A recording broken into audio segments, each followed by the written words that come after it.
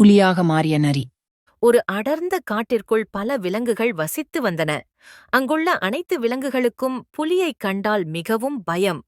தூரத்தில் புலி வருவதை பார்த்தாலே இவர்கள் அனைவரும் பயந்து ஓடுவார்கள்.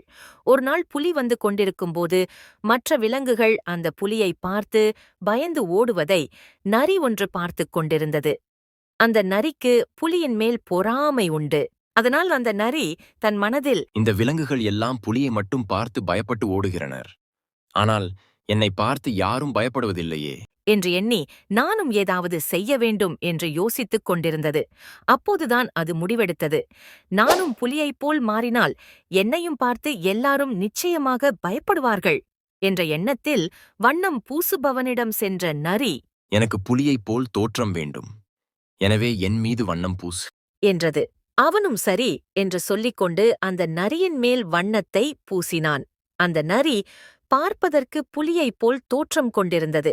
பின் இந்த நரி, இனிமேல் எல்லோரும் நிச்சயமாக என்னை பார்த்து பயப்படுவார்கள் என்று சிரித்துக்கொண்டே காட்டுக்குள் சென்று ஊளையிட ஆரம்பித்தது. என்னதான் அது புலியைப் போல் வண்ணம் பூசியிருந்தாலும் அதன் குரல் நரியைப் போல்தான் இருந்தது. புலியைப் போல் அதனால் சத்தம் இட முடியவில்லை.